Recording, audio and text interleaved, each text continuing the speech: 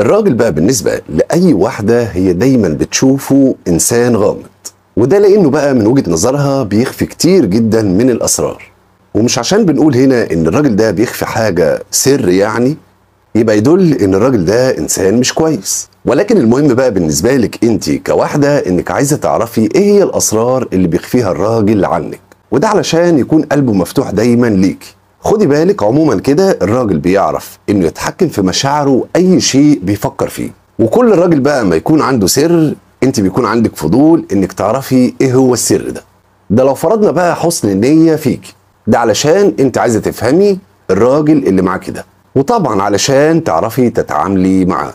نيجي هنا للسؤال اللي معظمكم عايز يعرف اجابته، ايه هي الاسرار اللي بيخفيها الراجل عن الست واللي المفروض انت كواحدة تكوني عارفاها، وايه هي النصايح اللي هتعرفيها في الفيديو ده اللي هتساعدك على انك تعرفي بسهولة جدا الاسرار دي، وده عمره ما يحصل الا لما يكون الراجل ده بيفتح لك قلبه عن رضا. خليكم معايا في الفيديو ده. السر الاول، الراجل عموما بيكون متحفظ جدا، متحفظ في انه ممكن يحكي لك بمغامراته اللي قبل كده او الانسان اللي كان هيرتبط بيها وما حصلش نصيب والكلام ده، ومدى وشكل العلاقه كانت ما بينهم عامله ازاي، ده حتى لو فرضنا انه كان خاطب الانسانه دي وما حصلش ما بينهم اي نصيب، او حتى كمان لو كان معجب بيها، والكلام اللي كلنا عارفينه ده. طب السؤال هنا هو ليه بيخفي الحاجات دي وليه ما بيقولكيش؟ يعني عشان ببساطه بقى انه يريح دماغه من اي مشاكل ممكن تحصل ما بينكم قدام، وبالتحديد بقى لو كان الراجل ده فعلا بيحبك وشايفك بقى انها هتكون شريكة حياته وهتكملي بقية حياتك معاه.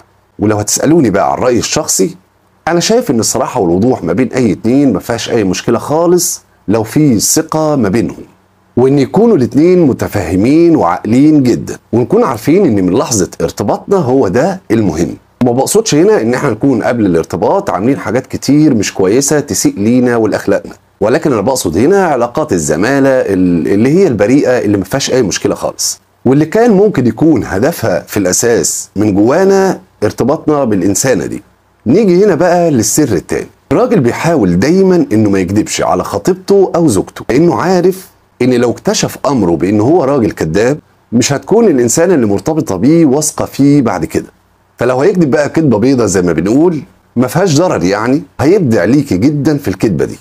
نيجي هنا بقى للسر التالت، الراجل عمره ما هيقولك انه مش عايز يكمل معاكي او انه عايز يقعد مع نفسه شويه، وده علشان حضرتك ما تفهموش غلط. السر الرابع، الراجل عموما ما بيحبش ان يظهر قدام خطيبته او زوجته بانه راجل ضعيف، وده علشان رجولته ما تقلش في نظرها او يبان ليها انه انسان ضعيف. السر الخامس، الراجل ما بيحبش يعترف باي خطأ، فحتى على سبيل المثال لو غلط في شغله ما بيقولش الكلام ده بقى علشان يبان قدامك بانه هو راجل ما بيغلطش ابدا، حتى لو كان في الحقيقة غير كده.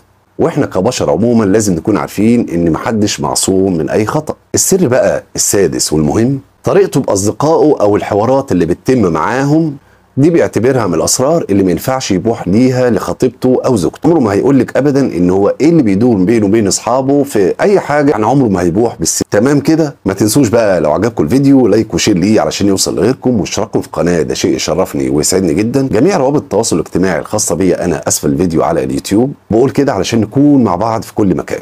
اشوفكم ان شاء الله في موضوع مختلف، انتظروني، بشكركم.